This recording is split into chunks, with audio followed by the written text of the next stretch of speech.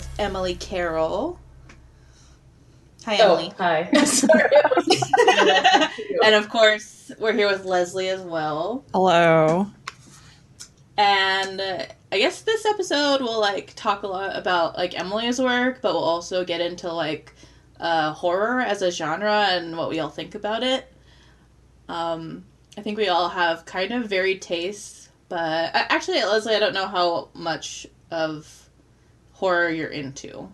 I mean, I read Emily's work, and I've read I read a lot of Junji Ito and a lot of horror manga. Mm-hmm. Okay. I think that's basically about as far as I got, because sometimes when things are too grotesque, I'm like, I can't look at this. My brain hurts, and I want to die. Yeah. I feel that. I think some of the ones you showed me before, I was like, oh god, it's too much. It's a lot. Which ones are you talking about? That nasty Batman one. I'm like, I already read that one. It's too nasty. Oh, the Josh Simmons one. It's Josh Simmons nasty Batman. I don't think it's called that. Sounds scary. It's called Night of the Bat or something. Oh, I haven't read that. I've read It's really cartoony looking, but Batman peels someone's face off. Sure. Sounds great. Yeah. But yeah, maybe we can start with Emily, and we'll get a little bit into your history with horror. Mm-hmm. Do you want to talk about maybe what your early fascination with horror was, how it started? I guess my family, well, my dad and my older brother have always been really big into horror, so I just sort of in an effort to hang out with them when I was a little kid, I would watch horror movies and stuff. So I actually found a home video of me when I was 3 being asked by my dad why I like horror movies so much. Oh my gosh. So young. Yeah, I recall my brother's 4 years older than me. My dad would let me watch horror movies, but he would cover my eyes and ears during certain scenes. And and then so there's all these horror movies that I know from the 80s that I don't remember these usually sexualized scenes or something like that, or really violent scenes. I have no recollection of, because I was in a containment area around my yeah. But I still that. So they were your muffs. Yeah, exactly. So they were huge into horror, and they would let me watch. So I guess in a way that's where I first got into it, because I watched a lot of horror movies as a kid, and then as a kid you kind of take pride in oh, I'm not scared of any of these horror movies. Yeah. And I remember watching Silence of the Lambs when it came out on video. So oh my god. Yeah, so I was 8 or whatever. And I mean, half the time, you don't even understand what there is to be scared of in it.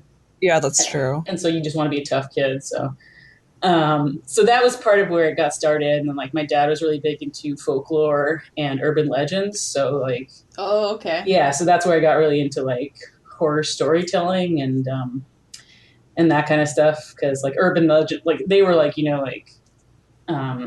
sociology books or whatever, but that those were just sort of horror story books to me. And even myths and things like that, they were all avenues for that kind of fantastical aspect. Mm-hmm. So yeah, so I mean it started pretty early, but I mean, then I guess I took an extended break once I stopped being a kid. I wasn't as big into it as a teenager, I don't think.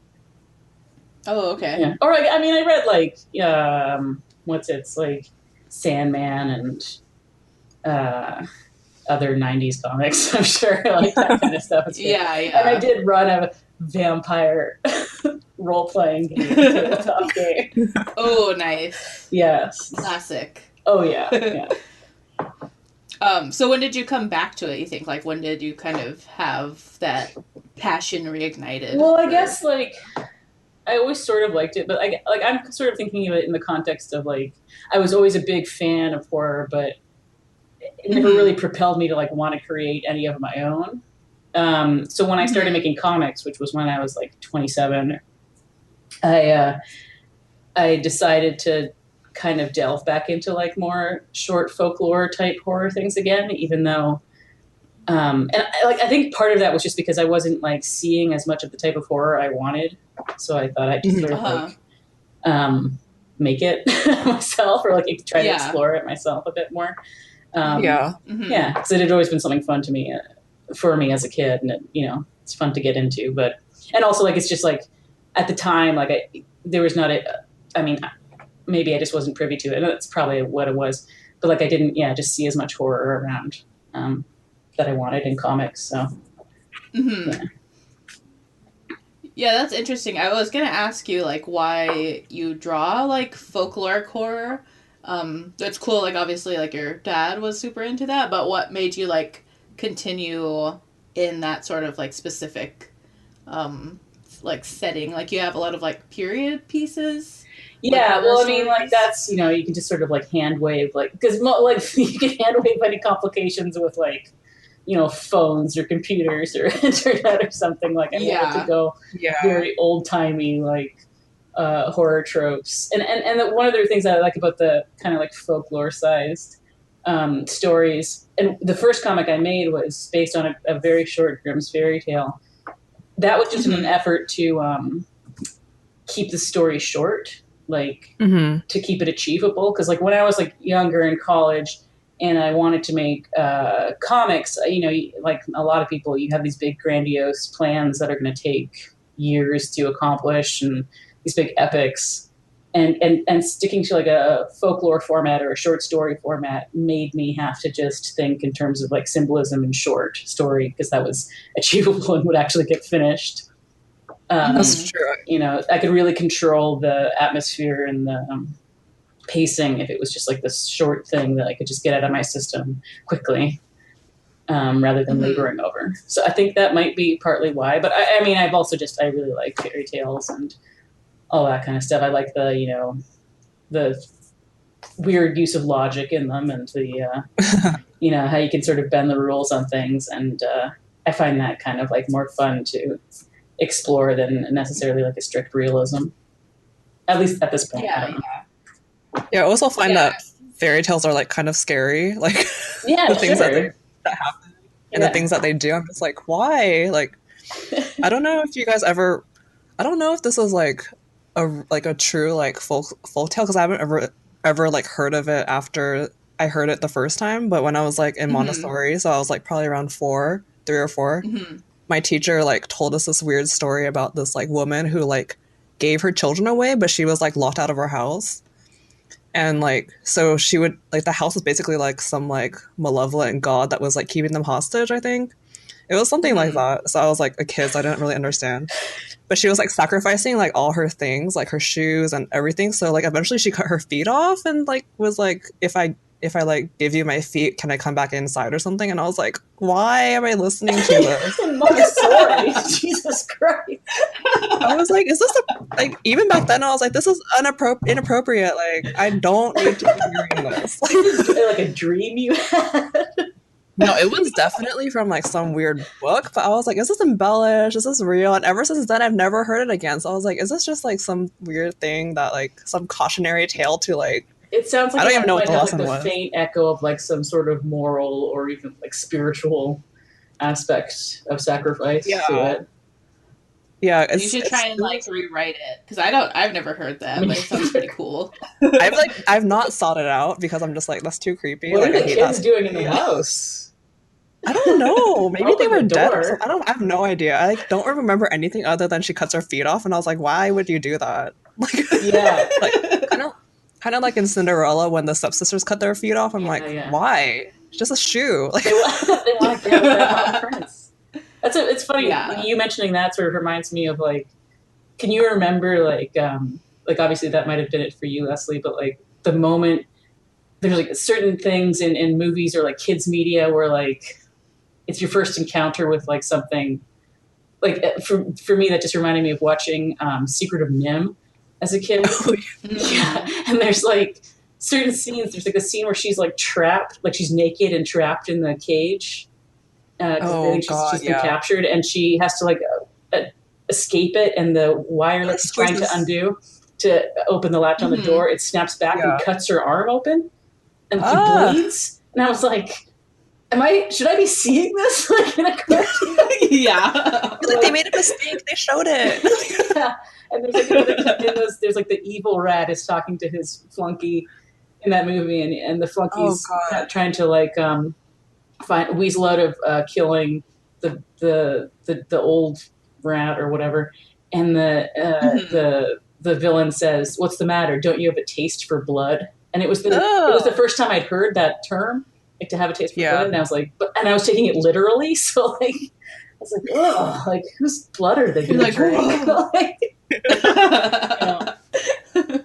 Yeah, I think early on, like I saw a lot of like leg or foot trauma, like people cutting their legs or feet off, and I was like, oh, like so it's always been like a thing for me. Like even when I watched, didn't know that was like a theme in your life. Yeah, no, I mean like I remember my sister and I were watching like some World War. Actually, not even the World War. It was like the Civil War, some like old timey war where people like saw other people's legs off and stuff. And then this guy was like, "No, don't cut my leg off!" And then we were like screaming because we're both like little kids. And also like I think Nightmare Before Christmas, like Sally gets her leg like pulled off, and I was like, yeah. Oh. And like after that, I was just like, I would have like so many nightmares about that happening to me.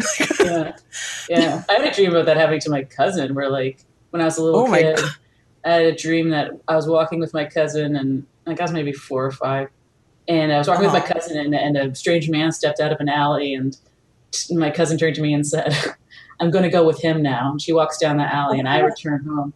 And then as I return home, my aunt is crying over a package that's been sent in the mail to the house, and I know without looking in the package that it is my cousin's severed foot. Oh no! So that's my severed foot childhood story. Yeah. Wow. So creepy. That's I'm glad that we're recording in the daytime because I think I'll be like dreaming about this tonight. Foot trauma nightmares. Yeah. Oh god. My fear. I'm trying to think of like other stuff. I feel like the 90s had a lot of like sketchy like animated stuff like Fantasia. The new Fantasia? Like No, like the first Fantasia where the old Fantasia has that scary Night on Bald Mountain demon. Yes, yeah. Oh with, yeah. With the kind of hot Satan on the mountain. He was very muscly and thick. Yeah. There's actually go ahead. Go ahead. No, you can go. Oh no, this is slightly moving laterally, but ties into horror in general. There was some art from the production of that animation at the Guillermo del Toro exhibit that I went to in Toronto. Oh yeah, like his private collection of art. He has like paintings and concept art and sketches from that. Oh, piece. That's so cool. Yeah, was that awesome? That exhibit. Was it awesome? Yeah, it was pretty cool. I think that Guillermo exhibition just crazy because he has like original Ivan Earls. And like it was really cool. It was cool to see so much art that was like illustration art too. There were certain points where it turned into a new room and was like surprised by something that I saw that I wasn't expecting to see. His collection just like so crazy, and that's only like a tenth of it. Yeah. Oh my god. Oh man. I always forget that Guillermo del Toro is like technically kind of horror, just because I feel like all his stories are very like, I guess very fairy tale like. I would say. Yeah. But yeah. There's definitely an overlap. Anyway, sorry, Sloane. What were you gonna say? What was I gonna say? Like hot Hot Satan. Just still thinking about Hot Satan. I think one of my earliest like scary things was I was like babysitting like my brother and sister. I think it was like 9-ish, but I was watching TV. It was like late, and The Matrix came on, and then Ghost in the Shell came on, and those really scared me. Oh yeah, like Keanu coming out of like the gross like amniotic like sack. And seeing all the like gnarly robots, I'm like, oh, and then Ghost in the Shell when she like rips her body apart, like trying to open up that like mech. I was like, oh, dude, that's so. Those are titties, and they're totally being ripped apart. Like both those things totally seem like things that you would draw, though, or that are in your heart. I know, right? Yeah, especially I'm like, coming out now of I'm that like, this egg. is amazing. Yeah. I was like, yeah, I was like super scared of that like Ghost in the Shell poster where she's like naked. I was like, and she has like all these wires sticking out of her, and I was like, is she a robot? Like, I was like, is she okay? And like, I think something's and wrong. yeah, I was like, later on, I was like, that's hot. Like, I don't That's know why. I started off. I guess I'm a bit older. I started off thinking that was what tempted me to. You're like, this is great. My high school's anime club. The first meeting was Ghost in the Shell, You're like, and I admittingly, yeah, found myself. you're like, look at this hot woman. Everyone else is like, what's happening? Yeah. And What then about, I don't know, maybe kids are just weird about stuff like that. well, I think you just don't- like you don't fixate wanna- on something sometimes, like, Yeah. and a lot of the stuff to bring it to me, a lot of the stuff that I draw or like fixate on are things that scared me a lot when I was a kid, like to the point where I use a lot of like furniture and things that were in my childhood bedroom in comics oh. for no one's benefit but mine, just because like I remember seeing what that mirror looked like at night, or that closet in the dream I had, or whatever. Yeah. So that I do definitely draw on like dreams I had then, because my dad encouraged me to keep a dream journal when I was a kid. So I remember a lot of like nightmares and things I had, and stuff like that, which I still exploit now. Oh, that's It's a nice little interesting. memento of your childhood. Yeah. Your nightmare book. Yeah, exactly. Well, I was even trying to find, when I was back at my mom's for Christmas, and I couldn't find it. I used to draw, I mean, I guess they were comics at the time, but like they had like blank flip books in school that you could draw in or write in, like workbooks. Mm-hmm. But I would draw these stories, and I remember there was one time when my teacher actually talked to my mom, I think, about the content of one, because it was called, I need to find it, I know I have it. It was called Betty the Dog in Betty the Dog and Cat's Friend. Or no, Betty the Dog in Betty the Dog and her friend Cat in Cat's Baby. Like, it was this long title that was like so anonymous. And it starts off with Betty the Dog and Cat and her cat's baby going to the fireworks show at the beach. And then at a certain point, this is grade 1, I think, Betty loses track of Cat. It's like, where is Cat? Says the caption. And then Betty finds this like warehouse. And she looks in the window, and in the basement of this warehouse is like this man with a knife threatening Cat and Cat's baby. And Cat protecting her baby, like, oh my god, the guy, and he cuts off Cat's tail, and there's all this blood. No. Like, it's fucking crazy. Oh my god. But I couldn't find it. It turned into like a 7. Yeah, exactly. Oh my god. And there was like 7 retelling. A book called Cats and a Little Girl. And the subtitle was, but now it's payback time. And it was about, oh my god, about the cats summoning like a demon, like with like a tentacle on the ground or whatever, to scare this little girl to stop smothering them. Like, oh my god. So I had fun. I can't remember what it was. It was just a memory of my childhood interests. Oh, that sounds amazing. You just came out of the womb swinging. You're just like, thrillers, revenge. Like, I have it all. I have it all down. were the dogs and the cats like actual like not realistic, but like dog-like and cat-like, or were they like androids? Yeah, no, they were like dogs and cats. Yeah, like okay. Animals. They weren't. I had not yet reached my like animal people phase. Animal people phase, for sure. That's cool. I wanted to actually go back to like what you were saying about like the furniture and how you draw like really specific furniture. I think that's kind of cool because like I find like your environments are like very like ornamental, especially in like your newer like cat and vampire lady comic. Oh yeah. Yeah. Sorry. Go ahead. I'm not sure what my question is, but basically like I feel like. What's up with that? That's such a big part. I know, like, what's the deal? What's the deal with that? Oh my gosh. I guess, like, so for people listening, I guess that cat and vampire comic is something that's not going to come out for a while, and was just sort of like a surreal erotic horror comic with a cat woman that I made up as I went along, and it became sort of this experiment in like style and just like really indulging whatever I wanted to draw. And yeah, I used like really ornamental. I think okay, so this is my confession. When I draw like really ornamental things or, you know, like indulgent things, it's usually just because like, you know, when you make like a strong graphic choice, for me, it's because like I'm very impatient and I can't really draw like in perspective or like a room really well. There's tons of people who can draw that.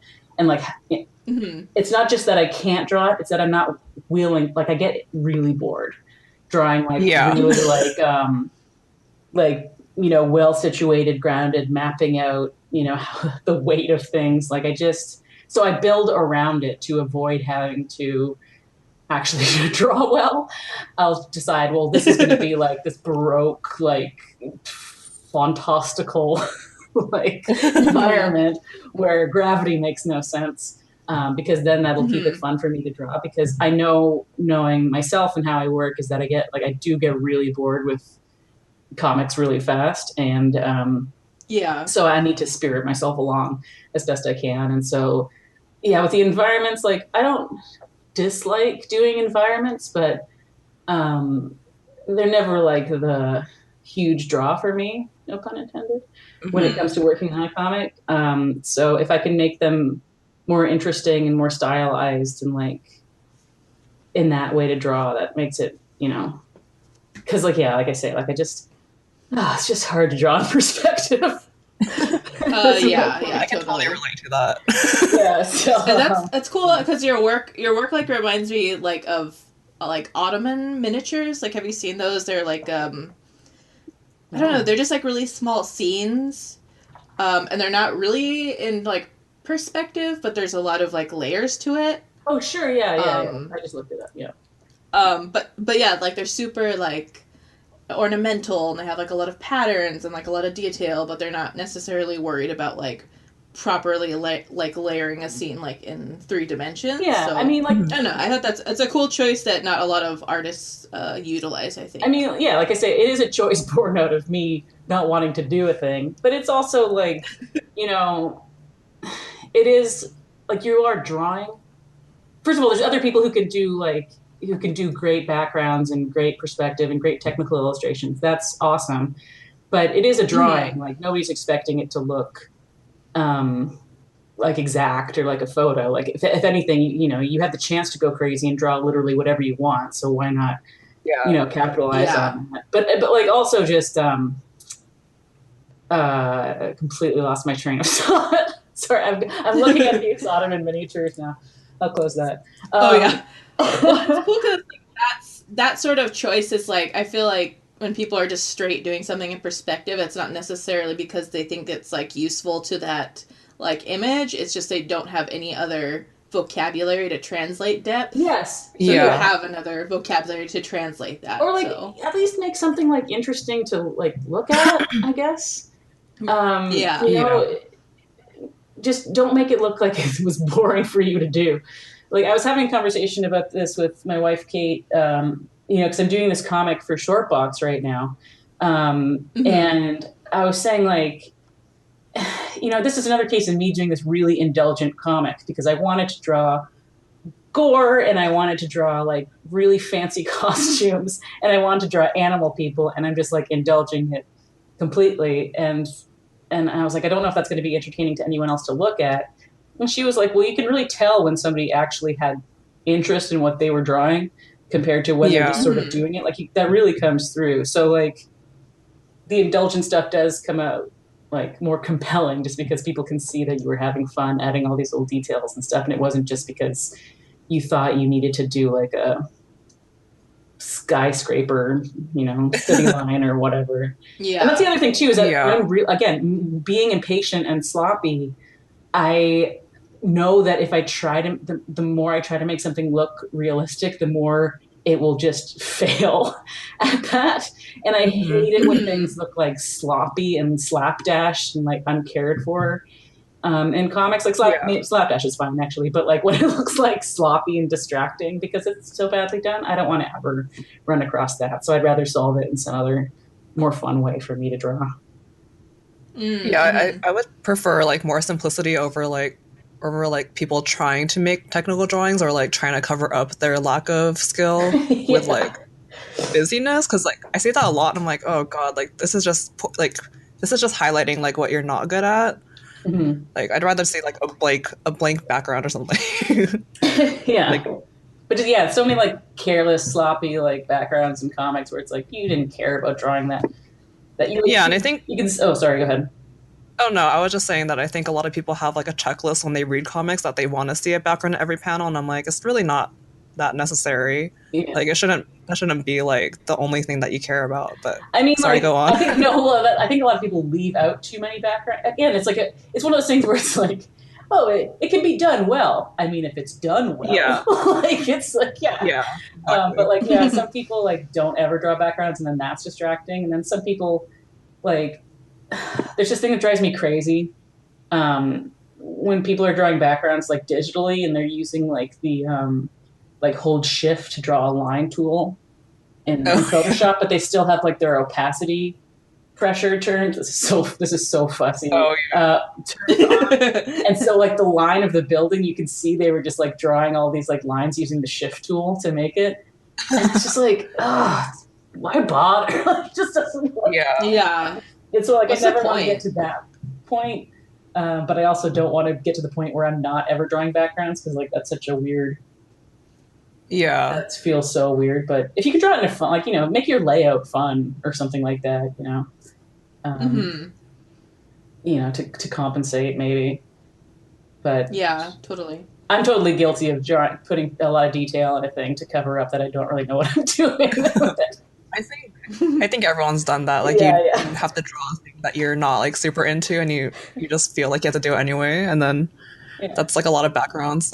Yeah. Like I'll be working on something for somebody else, and it'll be like, and then draw his car driving down the highway, and I'm like, oh boy, a car. Like, oh no, a car driving. Yeah, no, I can't. She's bicycling here. Yeah.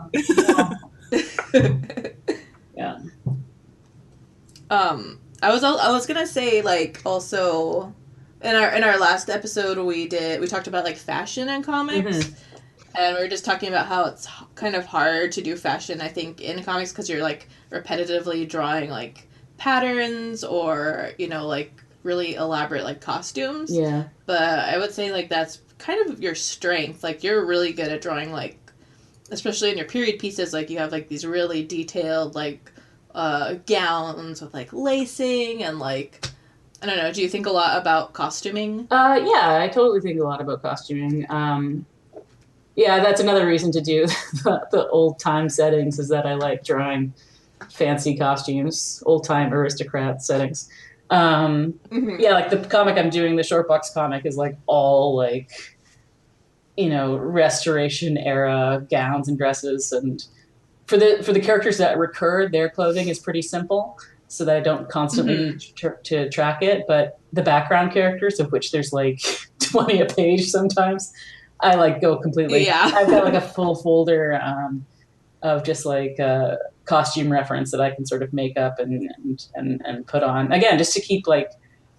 First of all, to keep it looking maybe interesting by having detail, but also just like to keep myself entertained while I'm adding all these people in these party settings. Yeah, because like I did Speak is another book that is coming out next month that I didn't write, but it takes place in like a school in New York, and so I had to like research teen fashion. Because like I have no idea. Oh, yeah. I mean, it's mostly the same from like when I was a teen, But like, I still had to look up like, a lot of Pinterests on teens. It wasn't as fun. Yeah. Like, they're basically all wearing the same thing, just t-shirts and jeans flat. Yeah, basically. Yeah. I know, I'm doing that too right now, and I feel creepy because I'll look up like a yearbook, like Yes, class photos from Oh like, because I God. need the era of like 2008 to like 2010 specifically. Yeah.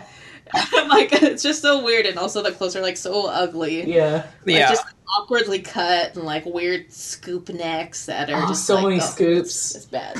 Yeah, I looked Yes. up I looked up school pictures of like teams and clubs from their yearbook God. just to see, Oh, because no. like you just want to see regular teens, right? You don't want to see necessarily like the fancy Hot teen.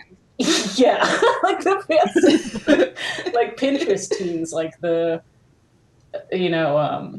what's the word? Like lookbook teens. Yeah, like you just want the normal, scrubby teens. So you have to feel like a real creep. Grubby sweater teens. Yeah. But yeah, no, I definitely think about fashion, and like again at the Del Toro exhibit in Toronto, he had a bunch of costumes from Crimson Peak there. Oh yeah, nice. And that's cool. And then you could listen to the little guide where he explained how he approached costume and like the meaning and symbolism in each costume, because it was like very, very important to him. Like, this character is the only living character that wears red, or, her nightgown changes in this way over the course of events to fit the narrative or whatever. And so like that I really like. And I mean, I've always really liked costume, but that's definitely what I'm thinking about in my current work in terms of like color, especially, for sure. Mm-hmm. I'm like thinking about like teen fashion now, because I feel like I see teens sometimes. Like, sorry to go back to like ugly fashion, but sometimes I see teens walking. I'm like, is that a teen or is that a child, or is that? Can't tell anymore. They're all just wearing hoodies and like jeans, like just like how I did. Yeah, no, that's the thing. It's always like it's pretty much the same forever. It's just teens dressed like teens. Just like ill-fitting hand-me-downs and stuff like that. It's like, yeah. I always expect that. I mean, there are some teens that look a lot better, but there's always been teens that just look better. Like, yeah, like one in a million. Yeah. How was it with Speak? It's coming out like soon? Is it out? No, it comes out in 3 weeks. It comes out on February 6th. 3 weeks. Yeah. Nice. How was that working on like, because that's like a young adult novel? Mm-hmm. Yes? Yes, it was. How was it working on like a horror genre, but like kind of, I don't know, did you have to like tamp down on like things you drew? Because I know there's like some self-harm at some point, and like, yeah, no, I haven't read it, but yeah. I mean, not really, actually, because normally when I've worked on kid stuff, people have asked me to like dial it back a bit, which is like whatever, it's fine. I mean, I think it's whatever. I mean, that's not, kids don't like remember the stories that were like vaguely not scary to them. They remember the scary ones. Yeah. But whatever. Made my peace with that, clearly. But Speak, it was nice because I was like I say, I didn't write it, and the author of the original novel, Laurie Halse Anderson, she wrote the script. And because she'd never worked in comics before, she wrote it in a way that was not what comics people would normally do, which was great. Oh, really? Like she didn't say like, on page 40, this so-and-so says this and so-and-so says this. She didn't divide it up into pages at all. She would divide it up into scenes and then put in some text and dialogue. But it was up to me to pace out the book in number of pages. Oh, nice. So like she never said anything about like page turns or like, I could say like on page 40, what this and this happens. None of that. So that was all completely up to me. And then when I sent back my first draft of rough thumbnails to them, I first of all told them they're going to want to remove a lot of text because people always overwrite, Yeah. And they did. But what they also came back is that they said, like, can you make this more can you make this more like you or like more your style? Also, 1 second, I just have to cough. Oh God! Sorry, I should have muted. Getting over a cold.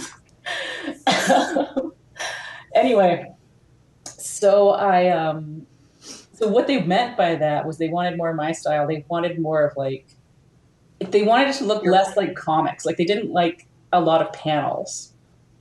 Like, they wanted like a lot of like flow. They wanted it to be sort of like scarier and like weirder looking in terms of the layouts, which was like great. Oh, that's awesome. Yeah. So like, and I asked Lori about this, like, why did you choose me if you knew that I made horror comics and that kind of stuff? Is that she kind of wanted that fairy tale feeling, and also the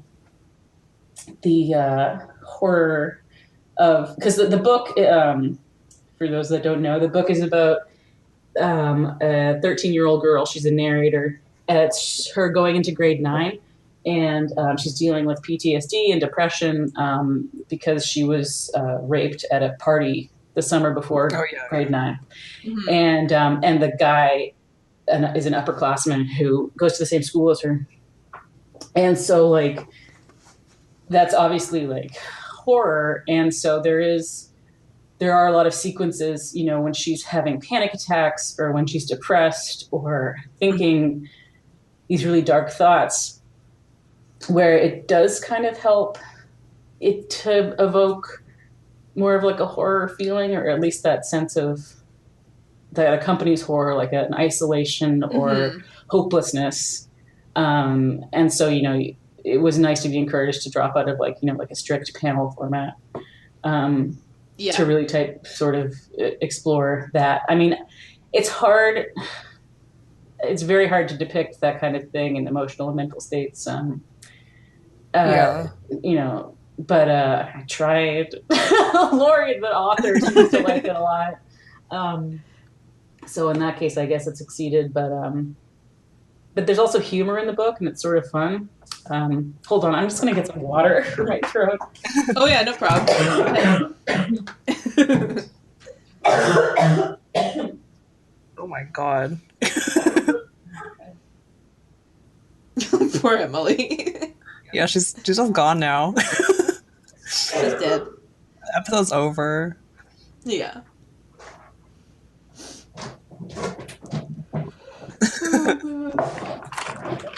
Oh my God, I'm sorry. I'm back.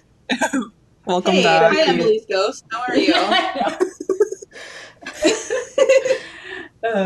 How did Emily record a podcast with you? She's been dead for 13 years. I've never read like the novels speak, but I remember Kristen Stewart was in. Yeah, she was in the movie. Yeah, like, and I remember like I went through this like really big Kristen Stewart phase because I don't know, I thought she was hot, so I was like, I'm gonna watch a lot of her movies. I was like, this movie is very sad and like messed up and dark, but I'm really excited to see the novel, the graphic novel. Yeah, I mean, it's a huge book to a lot of people. I hope it actually, but I mean, it's gotten a lot of positive feedback, and I did write by Lori, so like that was sort of you know, my only real goal for it is if she likes it. That's true. As long as she likes it, I feel like that's like the most important thing. Yeah, she's awesome too in person. Just as a side note. Cool. Just a little PS. Yeah.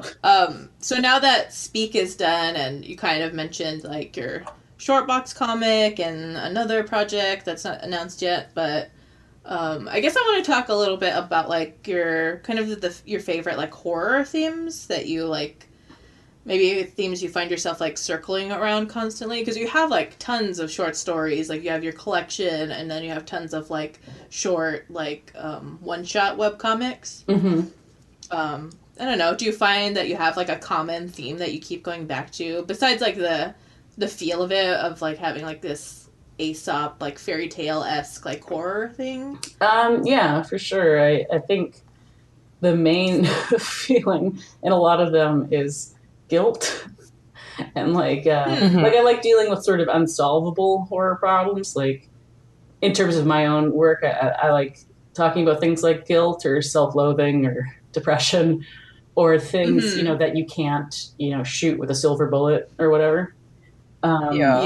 So because I do like stories that have that sort of queasy, unresolved quality to them ultimately.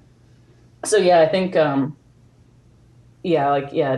guilt. I for sure, guilt that you can't quite articulate or even admit to. Trying to pretend you're a good person or whatever, that kind of stuff. And general fear and cowardice, that kind of, purely speculative, nothing to do with myself. Yeah. But yeah, I like, when it comes to like ingesting horror and horror media and books and movies or whatever, I like pretty much anything. But when I make my own stuff, I usually, it's very internal struggle for sure. Interesting. Do you feel like your like, I don't know, focus thematically has changed over time? Because you said you started drawing comics kind of like, I don't know, 2010-ish? Yes, like during your art school year?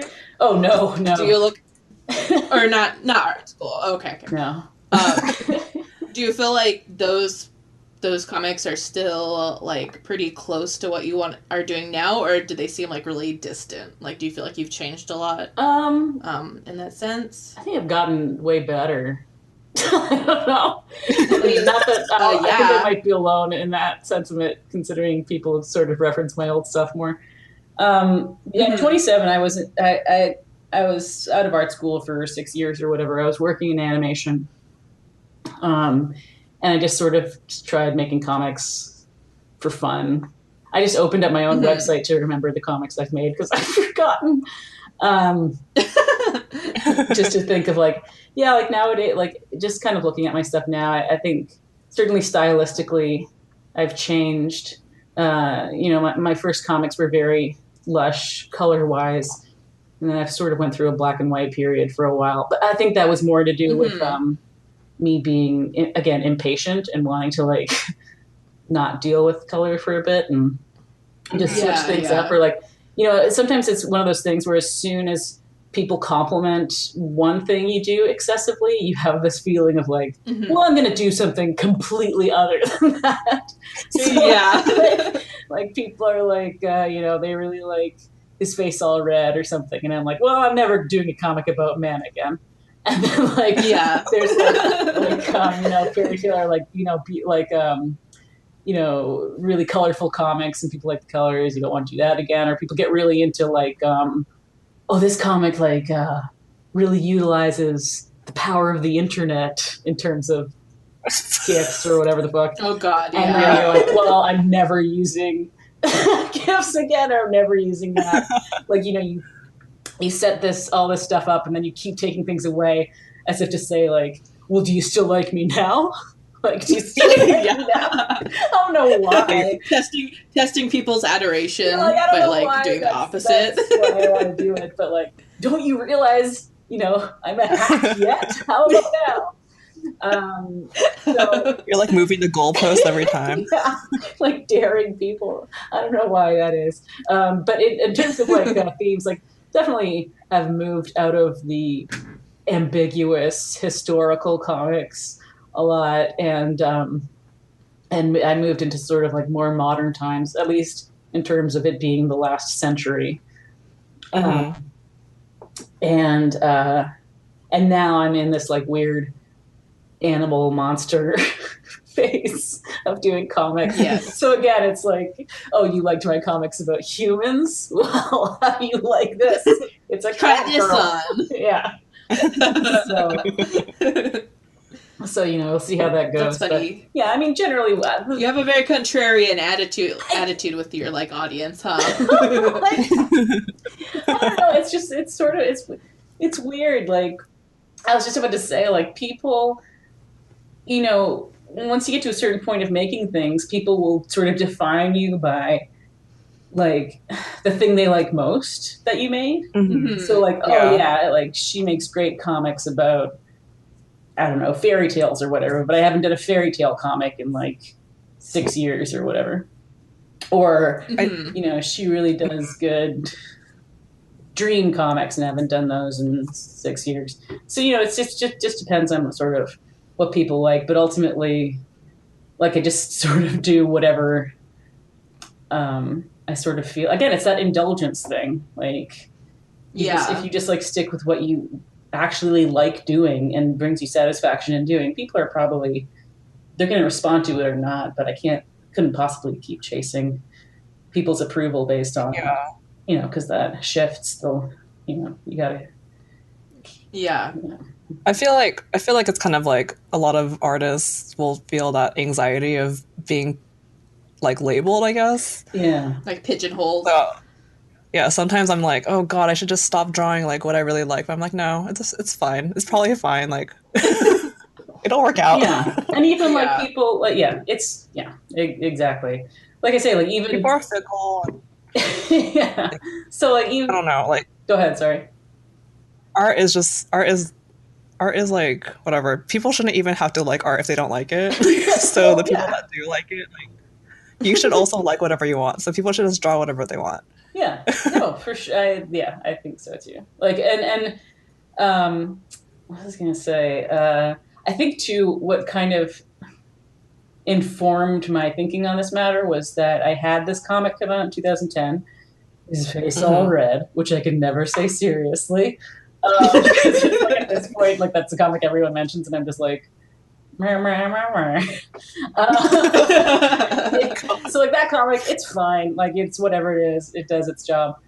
But like, it's not my favorite comic that I've made. It's the one that people always bring up or reference in terms of like, but when that comic came out, it was so, I owe a great deal to it because it was passed around a lot on the internet, and people really liked it, and it got people interested in my future work. So that I'm very grateful. I'm very grateful to me, I guess, for me. Yeah. Like, thank you, self. Because like the first time that I made something that people like in a great numbers read, like I remember people were like linking to me to the Reddit about it because they're like, oh, there's hundreds of comments on the Reddit, like they really want your input, because everyone wanted about what, like, because they all want to know what it's about.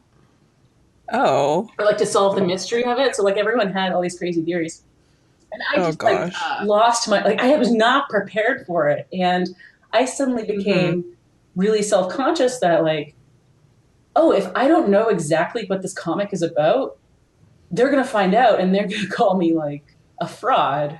Like I'm not a real artist, So like that sudden influx of readers and eyes on me and my work, and like, not even just my work, but like on me as having answers to this thing that I'd made, really put me off. Like, it put me off for a while in terms of creating stuff. Like it was too much pressure suddenly. Stressful. And so like now I've sort of pulled back from a lot of that because I never want to get into the place where I feel like I need to have like, because like people would, and people still email me about that comic, like, can you explain it to me? And I'm like, no, it's that so weird. Yeah. It's so weird that people are so literal about that. Like, I feel like Reddit theories are so like, I'm like, you're thinking way too much about it. Like, you probably already know what it's about if you liked it, I guess.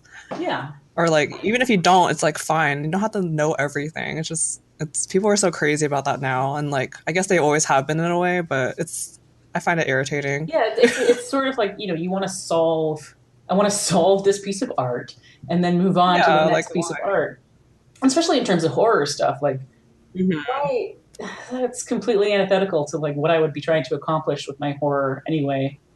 And like a lot of the time what's scary is that you don't know, and that's why it's scary. Yeah. So I don't know, like there's not, I actually ended up feeling better about it because I read a quote from the Coen brothers, because I really love the movie Barton Fink. You seen that? And there was a quote from them on like the Wikipedia of that movie where somebody asked them like, so what's it about? Because it's crazy. And they were like, I don't know. It's not that we made the decisions for no reason. It's that something inside us, encouraged us to make that decision. So it's still created by us and informed by us. It's not just random choices that end up in that movie. Yeah.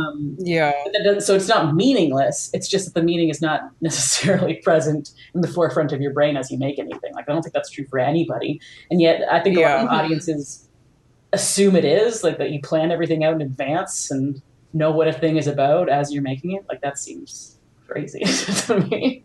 Yeah, I think especially with like Snot Girl, a lot of people are like, they don't know what they're doing, or like they're like, what are they doing? And a lot of people are just yelling that all the time and like coming up to me and being like, what is the story about? I'm just like, can't you just read it? Like, it's comic.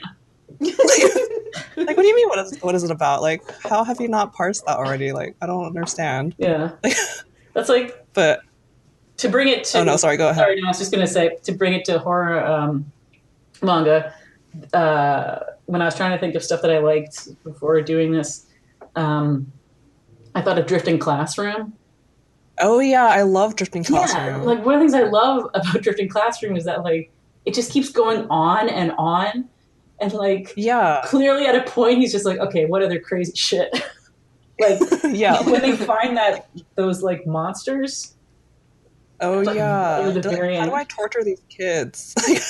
Yeah, like, it's just like, he just keeps adding things and like moving the goalpost. Like, you know, the big bad seems like it's this, and then the big bad is like this girl gang, and I just love that, like, that just keep, like, it just kept perpetuating itself. So you never knew it was. It's very like nightmarish. Yeah. Like, I feel like nightmares, like, there's no meaning to nightmares either. It's just that we have like fears and like anxieties that manifest themselves in like certain situations or like feelings. So it's like overanalyze it. It's like, you can do that. It's just like, it's not exactly necessary for you to do that in order for you to have like some reaction to it. So don't come to me with that. I guess is my point. Is that I don't know. I don't know what you want. That's the thing. Is like, I don't know what people want from me in terms of this. Yeah, I think it's going to be different for each person, and I don't want to ruin their enjoyment of the story any more than I want to ruin mine. You know, so I don't want to disappoint anybody. And a lot of the time, I don't think it adds that much to it. I don't know. That might just be like, no, like I always like read what people say about their work, and I'm like, I already thought that, like, when I was reading it, because I have like, I can read things. I'm like, I have reading comprehension. Yeah, like there was, but like when people started getting, because I posted this link to Face All Red, I posted it on LiveJournal, and then all these people left comments like, what the fuck does that mean, or whatever. And I remember there's like this one point, they were like, this is so embarrassing as an artist for me to do. But somebody asked, like, what's the significance of lilac in this comic? And I was like, fuck, what's the significance of lilac in this comic? So like, I Googled symbolism of lilac. And it was like, oh, lilac symbolizes new love, or love as of yet unfulfilled. And then, like, I think I replied to them like, well, yeah, there's all sorts of reasons why lilac might be in a story. It could mean love unfulfilled. It's like, none of this stuff was in my mind when I was creating it. I literally chose lilac because there was one that grew outside my house as a kid, and I liked the smell of it a lot. And I needed a smelly flower in the story, so I chose lilac. But like, I lost my mind. Like, I was trying to, like, you know, just like legitimize myself and my work, like justify myself so bad, because I was like, it was like the third comic I'd ever made. I only started making comics like 4 months before. So I was suddenly like in this place where I felt like I had to justify like even creating something without realizing that, like, you know, like you're saying, like, well then, you know, like it or don't like it. You know, it's fine. It's okay if you end up not liking it. Or like not getting it, I guess, is also another. That's and I did go through a sea change with that, because when I was in my early 20s, I was so mad about stuff that I thought was just made up, because I interpreted it as, oh, you're just making stuff up to look smart or whatever. Like, you think you're better than me, kind of thing. Like that, and that was all just my own insecurity. That has nothing to do with the creator.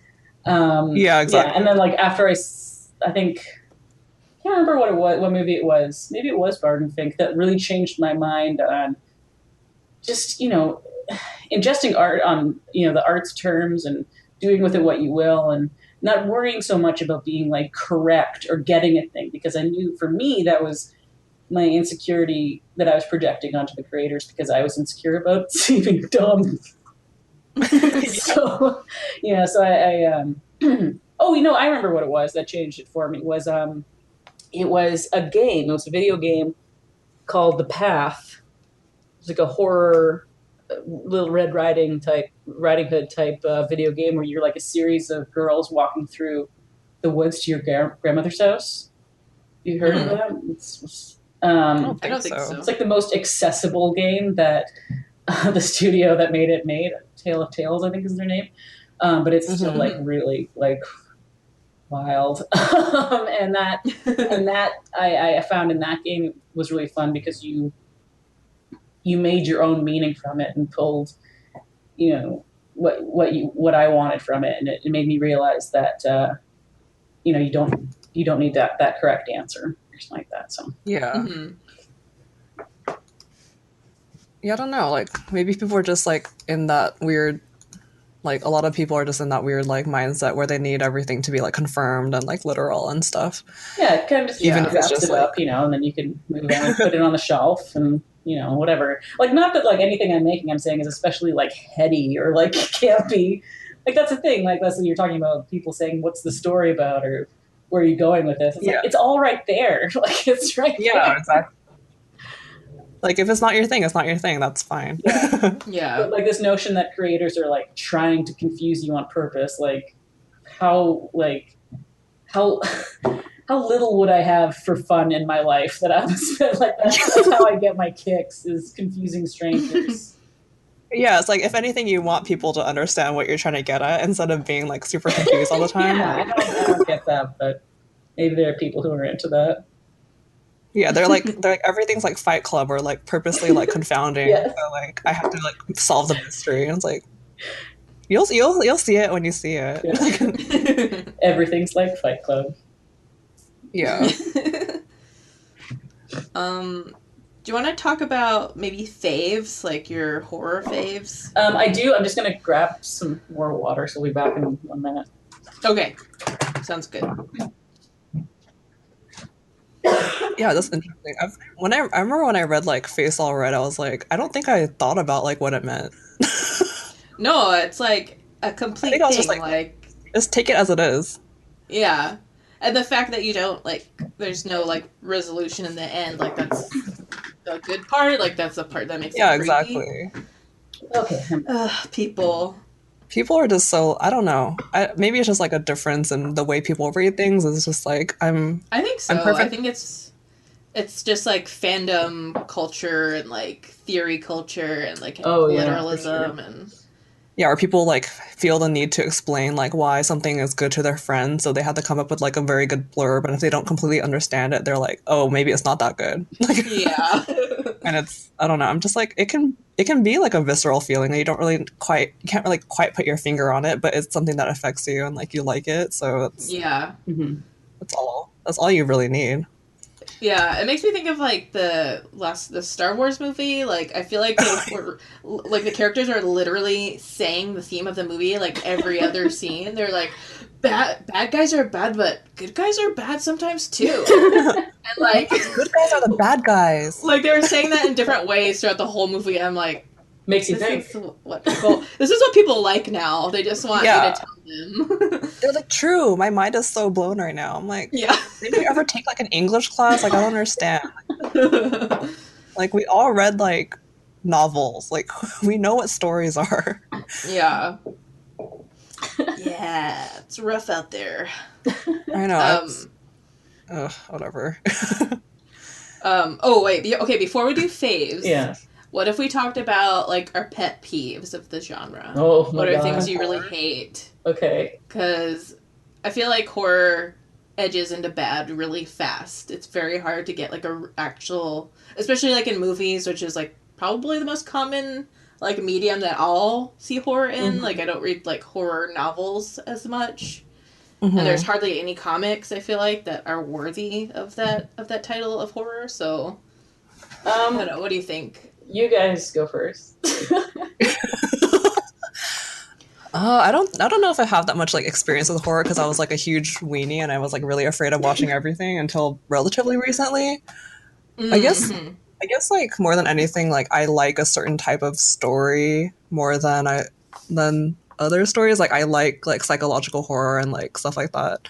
Yeah. And I guess like I hate when it gets too like rapey. Well, obviously, it's, like Mm-hmm. I don't feel like it serves the purpose very well, and I feel like a lot of the time sexualization in horror is symbolic and like it can mean other things, but when people get so like I don't know, I use this word so many times, but like when they get super literal about like, oh, like this is like horrible because of like X, like someone getting like violated or whatever, I find that Mm-hmm. just so like I don't know, it's just so cheap because it's like Mm. obviously it's like a really bad situation. It doesn't feel good. Like it's awful and like I don't know. You can Mm-hmm. express that in so many different ways that I feel like aren't utilized as well. Mm-hmm. Mm-hmm.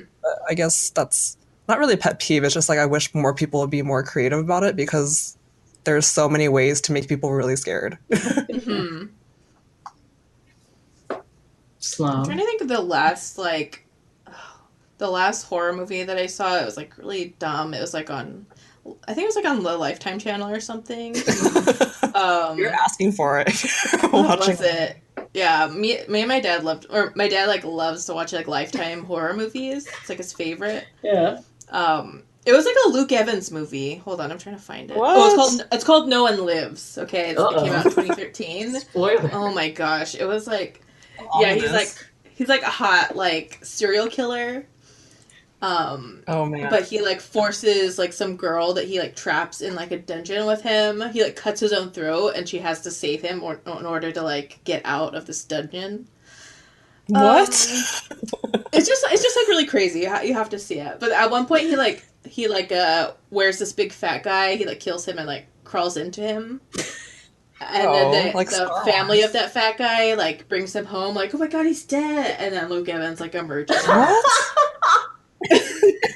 So Wow, crazy. I gotta see this. And I guess actually this is not my pet peeve. This is like a fave. This is like I was like really impressed that he went so hard. That's But like yeah, he it's went just like a hard, but nice that's like little I have trouble like suspending my disbelief.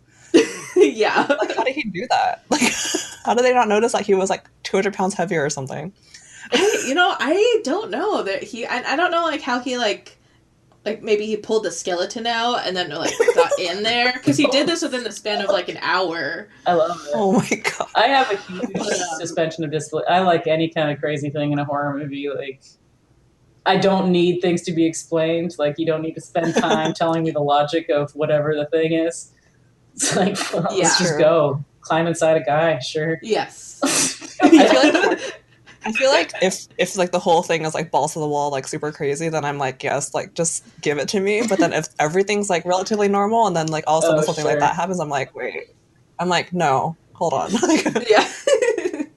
Yeah, I was edging into like Mike territory or Yeah. like who's the other guy that does like really ridiculous like yeah.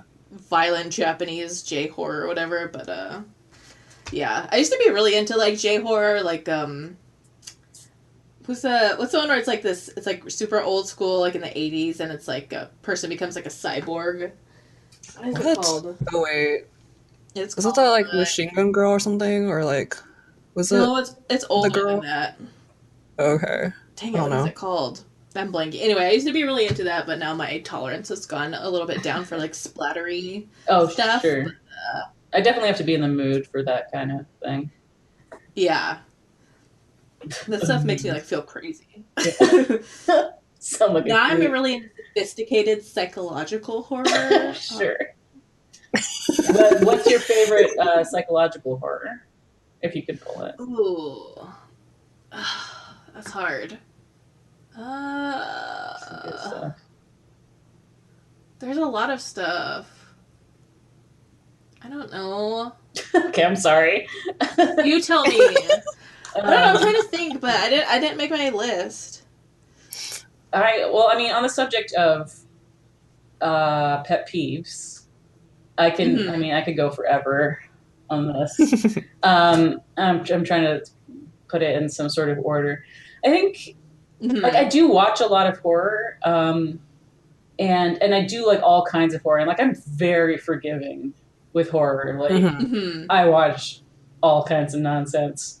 It doesn't matter. Like I will Yeah, I watch a lot of trash. You're here for it. You're here for it all. Yeah. And so, I give a lot of leeway to things. I won't be so punishing, especially in movies. It's an amazing thing to me that movies even get made in the first place. It seems so hard to make a movie. Yeah. But like, I think one broad pet peeve of mine is like a lot of moralizing in horror. Like, I don't like it when horror is like a moral, good guy, bad guy, moralizing type thing. Like that always bugs me, or like it's sort of tying into that. Like when I'm supposed to like learn a lesson from a horror thing, I don't like that. It's not scary. If this to a lesser extent, but like if it starts off and like the ghost or whatever is this hugely malevolent force and is like really mean and threatening, and then like at the end of the movie, it's like, oh, but they're just sad, and on the ghost they just needed a hug. Yeah, they like murder people and they like just need a hug. That kind of switch where it's like, no, you're not supposed to be scared anymore. Like, I like it when the ghost is pissed off at the beginning and then stays pissed off the whole time, and you can feel bad for the ghost. Clearly, they are not, at peace with themselves. Like, I just don't like it when it's like, that you have to feel bad for it, or like any horror where like they come up with like the solution to solve the horror thing. When they get into the problem solving part of the horror, it's like not scary anymore. Like, once you know how to, I always say this, like, once you know how to fix the problem, then just fix it. Like, that's easy for me to say, but it is a movie. Like, they're not me. Like, that's another thing, is when people in horror just like throw in like horrifying circumstances as if it would scare me on screen as much as it would scare me in like real life. Like, if a werewolf walked into the room right now, I would be alarmed. But like in a movie, just seeing a werewolf isn't going to scare me. Like, I'm not, like, you actually have to put like the atmosphere and scene for me to be scared. You can't just like, swap in scary things just because they are like, scary hallmarks or whatever. Does that make sense? Let's see, what else do I hate? I hate when people are trying to do like postmodern horror. Oh yeah. Or like try and like mock tropes like Cabin in the Woods is like really irritating, and like Stranger Things. Well, that's like not even, that's just a series of stuff happening. It's like, I was about to say rip-offs, but homages. Yes. Yeah, like, I do think like that parody genre is a bit like, I don't know. I like that too. That's the thing. Like, I like all this. I didn't like Stranger Things because I felt it was too like, again, it was just slotting things in because it's full in other, franchises or movies or media, and you're slotting them in because they work. Like, it felt kind of cynical in that way to me. But like, I mean, I watched a thing called like Found Footage 3D in 2D, which was like about people shooting a 3D found footage movie, and it was dumb. Wow. But like, that's still, if a sequel came out tomorrow, I'd watch it. So I can't really be like too picky. But like, I mean, in terms of comics, things that bother me are like, I guess like, just be aware of like that it goes back to the thing of like, this is a drawing. You are drawing. You can control what the drawings look like and how they're revealed and the style of how you're drawing. So like, I don't think necessarily you have to draw a certain style to make things scary, but be aware in the way that your style might not be serving the scariness. Yeah. So like, if there is like a cute way you draw, organize your scary story around that cuteness rather than try to just like slot that into any story, even though it might not serve it. Like, because like, even like, I draw like cute in my earlier stuff, especially, and so I put it into like a fairy tale storybook setting, because like, and I mean, it's not like I like it that it has to be like realistic or something, but just be aware of like I don't know. I feel like sometimes people just need to push their art a bit more when it comes to different genres, and horror, especially. You can't just, Yeah. you know, I don't know. Do you find like instead of any? Oh, go ahead, Leslie. I don't know, I was just gonna say, like, instead of like trying to change the way you draw just to service a story, like maybe try to like work around that and like just work on what you can draw best and then make that into like what like fit that into the genre rather than like the other way around. Yeah, I mean, or like just experiment. Like, don't be so like set on your style that you like won't you compromise it for the sake of atmosphere or you know. I don't know. Or like even just like changing your colors or like stuff like that. It doesn't have to be like huge. It doesn't have to. You don't have to like learn a new skill set. It's like just small things. I started drawing certain stories, and I'm like, this style looks stupid. The story, it's not scary. It's not like it's not even making like an unsettling thing. So like I had to within the best of my capabilities try to find something that would suit it better. But you don't get like, I guess that just ties into like a broader art point of you don't necessarily need to marry yourself to a style. You can experiment if you want. And if you don't, then don't. It's fine. Yeah, I feel like what were we talking about? We're talking about pet peeves in comics. Or like in horror. Oh, comics? Not in comics, but like in horror in general. But I don't know. I was gonna say like I don't feel like there's that many like horror comics, at least in like North America, besides like Emily. There's a lot. There's a lot of people. I mean, I'm so bad because I haven't really been reading a lot of comics lately, especially from Canada and the U.S. I've just been reading like Japanese stuff. Are we all? there are some people who draw some cool like indie horror stuff, and I'm blanking out on names, but I think there's a lot of it. It's just it's hard to find, and also I don't like seek out a ton of comics lately. Because I'm just trying to make my own. You're like, I only like my own comics. I just reread them over and over. It's like your own comics and my friends' comics, and maybe not even my friends' comics. Mostly just mine. Yeah. Yeah, I wish there was more stuff. Like, you're right, there's like a lot of like indie, like horror mini comics and stuff, but no one who has like, besides you, and I want to say at least in North America, that has like a big body of work that is like, I don't know, has a pretty clear like horror voice and way of storytelling. Oh, here's my pet peeve. Here's a pet peeve. Like in your fucking horror panels, comics people. Oh yeah, I've never been on a horror comics panel ever at anything. Who's on those? But who's even on those? Like panels? The same dude wearing the same black shirt, all talking about Swamp Thing. Like it's just like that kind of thing. People say the type of guy loves talking about how great Swamp Thing is with horror. Or like being like, have you heard of this Uzumaki? Like, yeah.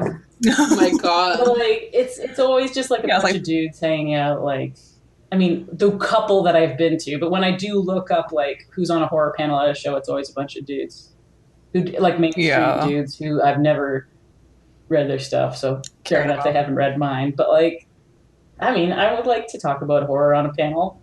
I mean, don't take what I've been rambling about today as an example. Yeah. I'll be more organized. Yeah, that's messed up. But like, I don't know. I do feel like in that regard, that would be nice. I think it would be fun. Like, I do feel like that's the thing is that there's sort of like a house style of horror as a genre within mainstream media and the comics especially, so that what's seen as horror, they change the rules so that my stuff might not be seen as horror because it doesn't fit a slasher thing or like a really gory horror comic or like any of those like old like horror comics from the 60s that was always about like a jewel thief getting his comeuppance. I don't know if you ever read they're always about like a thief who gets like attacked by ghouls or something.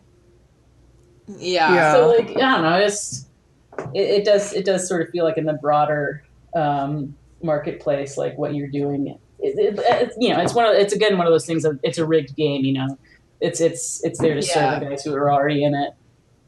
They define the style and whatever, but so yeah, it's weird. I feel like stylistically, like American horror comics, like I'm mostly thinking of Image comics just because I pay attention to them mostly, but like they have a really specific like inking style. Mm-hmm. Like it's very traditional and like maybe textural, but it's very like literal as well. Yeah. And no one really strays away from that. Like I'm like looking through like some recent releases, and I feel like House of Penance is like the only one that maybe stylistically stands out, but a lot of them. I haven't read that comic though. I haven't read it. The art is like pretty unique though, but yeah, everything else is like, I don't know. It's either sci-fi horror that looks the same as everything, or like contemporary horror that's like set in like, I don't know, like the Appalachians, and it's like redneck horror. Sure. Yeah. Redneck horror.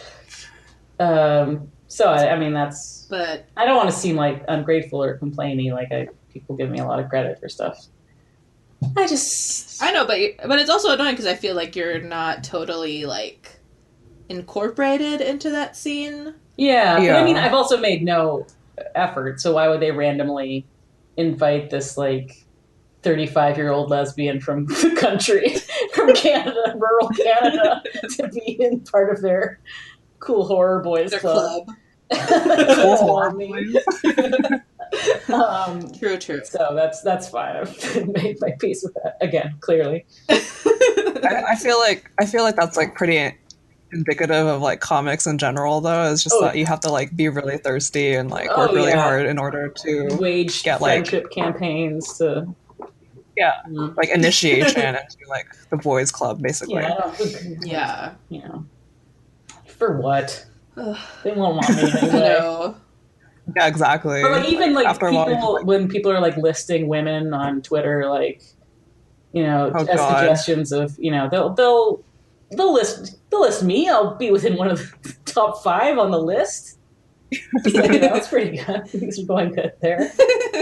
Lucky you. Like, yeah, I know. I love being in a tweet list. Like I like these women. They're not the worst. Yeah. Oh man. You're all right. But yeah, I wish there was a bigger, more like diverse scene in horror. Like sure. A cartoonist that like did like Argento style comics that were like super like illustrative and like with big blocks of color, and not just like dull washed out browns and reds like every other horror that's comic. Like another pet peeve of mine, I guess, is that like the assumption, this is more in games, I guess, the assumption that to make something horror it needs to be like at night. It's always at night with like a flashlight. Yeah. And again, that's fine, but it does seem like you're operating at like an easier mode of narrative. Yes. Yeah. Than having it take place in the day. So, but I mean, I don't know. I probably have like a million pet peeves that I'm not thinking of, and I shouldn't say anyway. So. Like, now that I think about it, I actually hate a lot of stuff. I know that for sure. But fave-wise, I have to balance out all my shit talk. Faves. Faves. Well, I mean, I like Judge Ito too. I actually just ordered a new book of his that should be coming this week. Oh, nice. Shiver, yeah. It's all older, like it's all stories I've probably read online in the past while or so, but it'll be cool to have them in a book. I really like his Tomy series. It's my favorite. Oh yeah. That's my favorite too. I just bought the new version, like the big bound one. I don't have I have the old Museum of Terrors print that came out. That's cool. A year ago. I like the new. I have the new one of the Uzumaki like hardcover with the. I need that one. Yeah. Oh, nice. I really have you read any of Atsushi Kaneko's work? He does a manga called Soil. No, I haven't. Oh man, I think you should read that one. Oh, okay. It's not translated yet, but it's all been scanned, which is like naughty, but super good. You love Atsushi Kaneko. I do. Yeah, I do. I'm trying to think. Well, Also, movie wise, I subscribe to this thing called Shudder. It's like a horror movie streaming service. I love it. Mm-hmm. They have a lot of like independent horror, a lot of like horror that you can't find anymore, from like all different genres. I don't really have like a favorite that's on there, but like that service just in general is pretty cool. Then they have like a lot of like That's cool. exclusive like indie movies that you wouldn't find anywhere else, and a lot of stuff from around the world and stuff. Like that's where I watched oh my god, Dearest Sister, the Lao okay. horror. Oh, It's like a Laotian movie? Like that I otherwise, like, I don't know where I would have seen that. I know, right? Yeah. So they had that on, so that's pretty cool. They have stuff like that. Did you see she like uploaded the footage for that so you can like cut your own movie? I think that's for her first movie, the Chantali. Her first movie, yeah. Yeah, that's crazy. That's really cool. That's pretty sick. I mean, it must be huge. Yeah. Like to actually download that would be intense. Yeah. I'm too scared. But Dearest Sister was good. Oh, cool. And so maybe, like I say, movie wise, I'll watch literally anything. So it's hard for me to pick like a fave because I've been watching them for 30 years or whatever. Yeah. And horror book wise, I really like, obviously, like Shirley Jackson and Stephen King. Mm-hmm. love that. Nice. Uncle Stevie. The boy. Yeah. And you know what? I did like his son's Lock and Key horror series. Oh, really? Yeah. I wasn't sold in the art style when I first saw it, but it was fun. Like, it's fun horror. Like, I never was scared or anything like that, but like, it's a fun idea. And I only know because my library like is missing the last book. And I realized that I liked the series when like they didn't have the last book, and I was really annoyed at my library instead of closure. So like that's one that I liked. And I'm just looking at my bookshelf right now. So like Daphne du Maurier type stuff, gothic romance type horror. Oh yeah.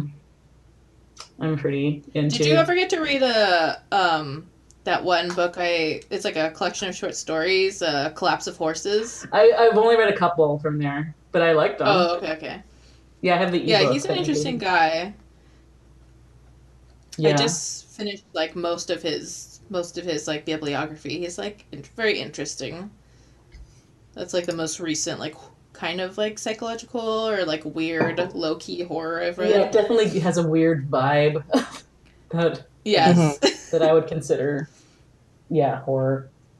That's the thing, like it's a broad, it really does depend, it's easy to say, like, because a lot of people, I'm making these people up, some people I think that I read about on the internet like don't consider like slashers horror because they're not okay. This might I might be completely making this up, or maybe this is like something I used to think. I don't know, but like because there's no supernatural element to the but although like I mean like the guys who are murderers and slashers are like you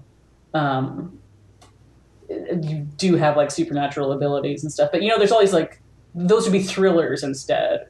Or like, there's all these famous horror movies that are just murder movies, basically.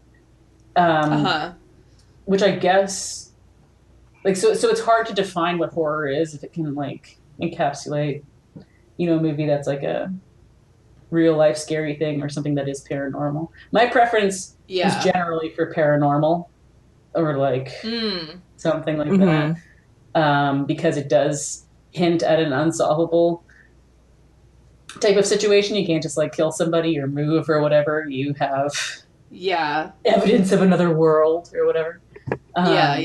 So I usually like those, but they can sometimes it's those are hard to pull off because they either run out of steam halfway through or they become like a horror movie's like floundering when it gets to the point where they're like, well, let's hit the stacks. And yeah. my house in 1968, and then you find out. And, yeah. We gotta go through the archives. yeah. And then, so like, yeah, so I'm laughing because the last movie I saw that happened in was The Bye Bye Man. Oh my god. Bye Bye Man. Yeah. So like, he like found these old, whatever, who cares? The Bye Bye Man. But he did go to the stacks in that movie, which I thought was so like nice because it's, it was made in 2017. Yeah. It's a classic move to go to the archives to figure out what's haunting you. The Bye Bye Man. Yeah. Or like when they're like when, like the other version of this is when they like get in touch with like a professor of demonology or something. Oh yeah. At the university, who's like, oh my god. Tells you all about the wood. He's got like a book of wood carvings. The wood demon is haunting you. So that's another big one. Once that happens, nothing scary is going to happen for the rest of the movie. They run out of ideas.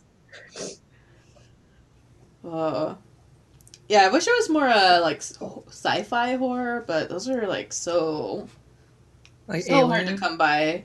Yeah, like Alien or like The Thing. Yeah, I'm not big into sci-fi stuff. I know it's more your wheelhouse. I mean, like The Thing. Or like Cronenberg. Cronenberg is a fave. Oh, yeah. Oh, sure, yeah. No, I like him too. But yeah, it's pretty sparse going in that like subgenre. I mean, there's so much stuff. There's so much low budget stuff too. It's just a method. It's just a question of like gaining access to that because people make low budget horror stuff like all the time, and then like it goes back years and years. So like I feel like I watch horror all the time because I have like a second monitor and I'm just like that's why I have been watching a lot of like foreign horror lately because of the subtitles. Oh, cool. But like so I usually just like put on a movie that I'm not. Like today I was watching a movie called Stung, which is about these mutant wasps who attack a garden party. So I'll put that on and sort of watch that to the side. And then if there's like a horror movie that actually looks like quiet and slow, I'll actually sit down and watch that with my whole attention. But all the schlocky ones, and like I'm never going to run out. There's so much. It's endless. Just keep making them. Yeah, it's wonderful. But oh man, yeah, I know there's a lot more sci-fi stuff I could get into. Yeah, Leslie, is there any faves that you have, like books or movies that? I feel like I should watch more, but I just get scared because I don't know. I do that thing where I read the summary, so I don't get too scared when I'm watching it. You read the Wikipedia, like the full. Yeah, I like spoil myself, so I'm like. I can like brace myself for when something happens. Mm-hmm. I feel like the last horror movie I saw like in theaters was like Drag Me to Hell, which I liked because it was kind of mean. It was fun. Like Sam. Oh yeah. It's like so fun. Like it's like unrelenting in the end. Like nothing good happens. I'm like, yay! Yeah, it's like silly.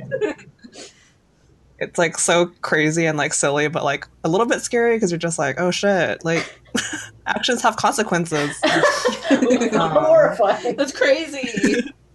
I don't know. I mean, I like Junji Ito. I like Kazuo Umezu, A Drifting Classroom, and about, like, I don't know. I feel like. Sorry, what about like Shintaro Kago and like Maru? Oh, I don't really like his stuff as much. I don't like his comics. I like his drawings. Too gross. Mm-hmm. I don't know. There's like, I'm not like super like well versed. I feel like I should be because I feel like my tolerance is not low, but there's some things where I'm like, oh no, I can't do it. Like I think I read like Gyo body horror and stuff. Like Gyo by like Junji Ito. I was like so grossed out. I couldn't handle that one. It's like the like fart monsters. I was like, oh god. Like that was like too much. I was like anything to do with like butts and like farting and like human centipede level stuff. I was just like, I can't do it. Like, that seems fair. Or like what is it, like the walrus or whatever, where you like that guy like cuts what's his face's legs off. Justin Long, is it Justin Long? Like he makes him into a walrus. It a movie? What? Yeah, it's a movie. What? I've never heard of that. That sounds great. Let me look it up. It's I feel like there was like a time where people were talking about. Wait. I'm looking. This is definitely a thing where he like made him into a walrus, and I was like, why? Oh wait, it's called Tusk. Oh, isn't that funny? Okay. Isn't that supposed to be funny? I think so, but I was just like, I can't watch this. I feel like it's like that genre where it's like a little funny and like kind of gross. I'm like, I can't do it. And like when people get like turned into things, I'm like, oh no, like unless it's like some Cronenberg thing, because I feel like Cronenberg, I can kind of believe it, but like people actually like doing stuff to people, I'm like, oh no, like don't do that. Leave them alone. That's messed up. I never saw Tusk. I don't know what else did I watch? I feel like is Split like a horror movie? I don't like that one. Oh wow, Split's in a class its own. Yeah, Split is just like I like it. I don't know. I'm like Shyamalan's bullshit, I guess. Split was wild. It was a wild time. Yeah.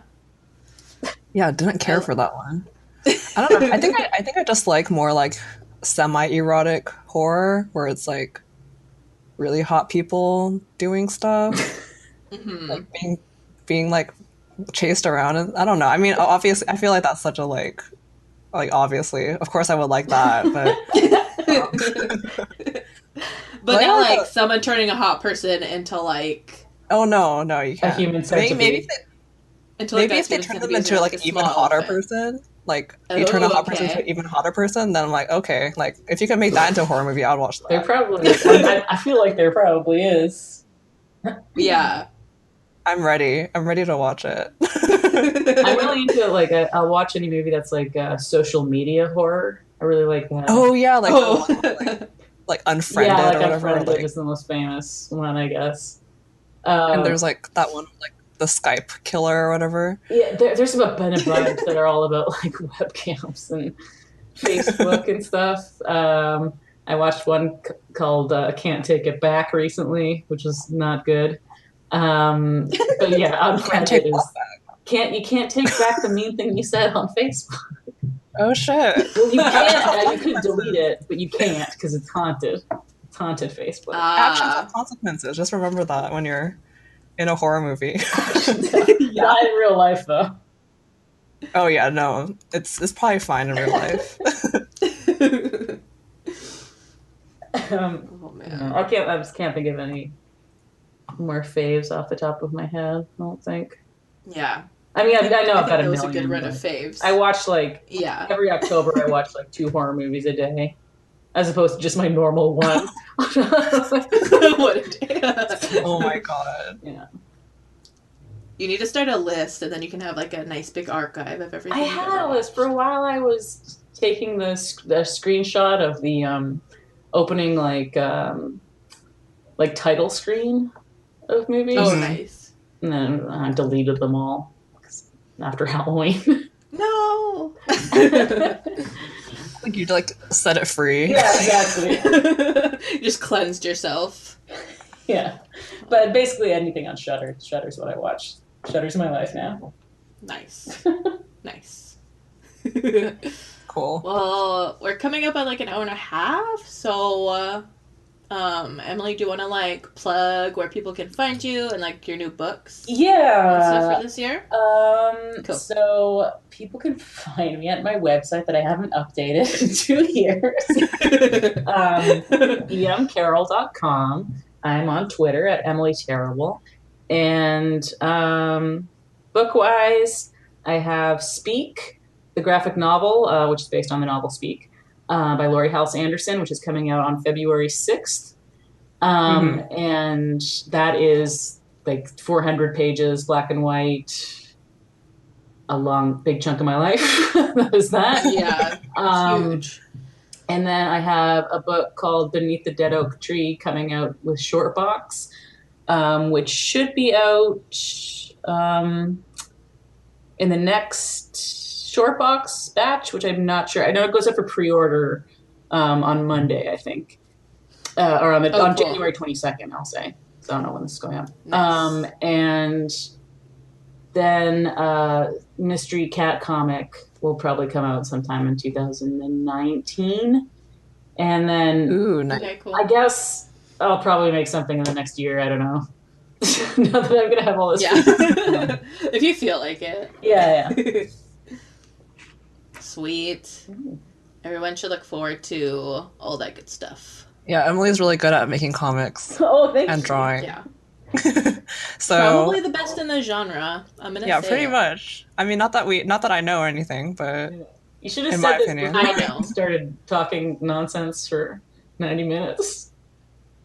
Oh no, I'm sure people will reach the end and be like, well, what do they really think?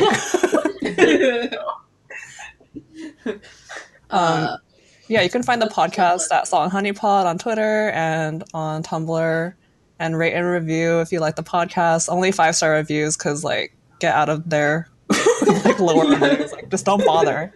Just don't listen. Yeah. You can find me at Leslie Hung on Twitter and at Dairy Free on Instagram. Yes. And then I'm Sloane on Twitter, and sloanesloane.com is my website, and Sloane Leong on Instagram. And the music this episode is by Too Much, and we'll link them. They have Spotify and a Bandcamp and all that good stuff. So, Yay. Yeah. Thank you, Emily. Oh, thank you. Yeah, thanks, Emily. That was awesome. Oh my god. I'm watching horror movies now. I know, now I'm like, I should watch more horror movies, and I'm kind of scared. But... No, I want to.